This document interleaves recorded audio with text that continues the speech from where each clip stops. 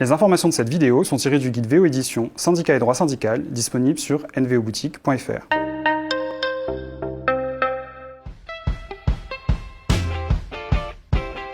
Un syndicat est une organisation qui regroupe des travailleurs pour la défense de leurs intérêts et la représentation de leur profession.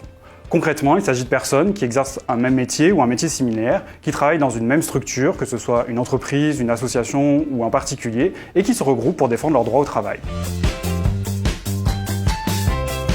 Se syndiquer, c'est d'abord se regrouper sur son lieu de travail, pour être moins isolé, pour ne pas être livré à soi-même en cas de difficulté. Le syndicat, c'est le lieu de l'entreprise où les salariés s'entraident. Mais un syndicat CGT est aussi affilié à une union locale, sur son territoire, et à une fédération, en fonction de son secteur économique. C'est le lieu où les syndiqués vont pouvoir aller chercher de l'aide ou des conseils quand ils rencontrent des difficultés ou ont des questions. Se regrouper dans un syndicat, c'est surtout peser face à son employeur. Un syndicat CGT peut par exemple présenter des candidats au premier tour des élections CSE. Un syndicat représentatif dans une entreprise peut aussi négocier des accords avec l'employeur. Ces accords peuvent porter sur tous les aspects du travail, le temps de travail, le salaire, etc. Enfin, un syndicat est doté de la personnalité juridique. Ça veut dire qu'il a le droit d'aller en justice pour contester les décisions d'un employeur et défendre les intérêts des salariés. Ce qu'il faut savoir, c'est que se syndiquer est un droit reconnu par la loi et la Constitution. Quel que soit son âge, son orientation sexuelle, son genre, son handicap, sa nationalité ou sa religion, un travailleur a le droit de se syndiquer et de quitter un syndicat à tout moment.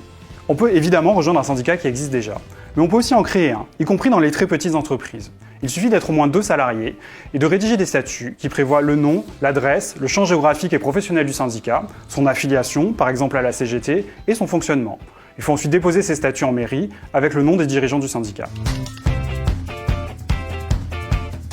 On ne va pas se mentir, les patrons apprécient généralement peu de voir un syndicat se créer dans leur entreprise.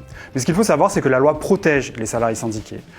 Se syndiquer, c'est une décision personnelle. L'employeur n'a pas à savoir ni le nombre, ni le nom des salariés syndiqués. Par ailleurs, le simple fait d'être syndiqué n'est pas un motif pour entraver le travail ou l'évolution professionnelle d'un salarié.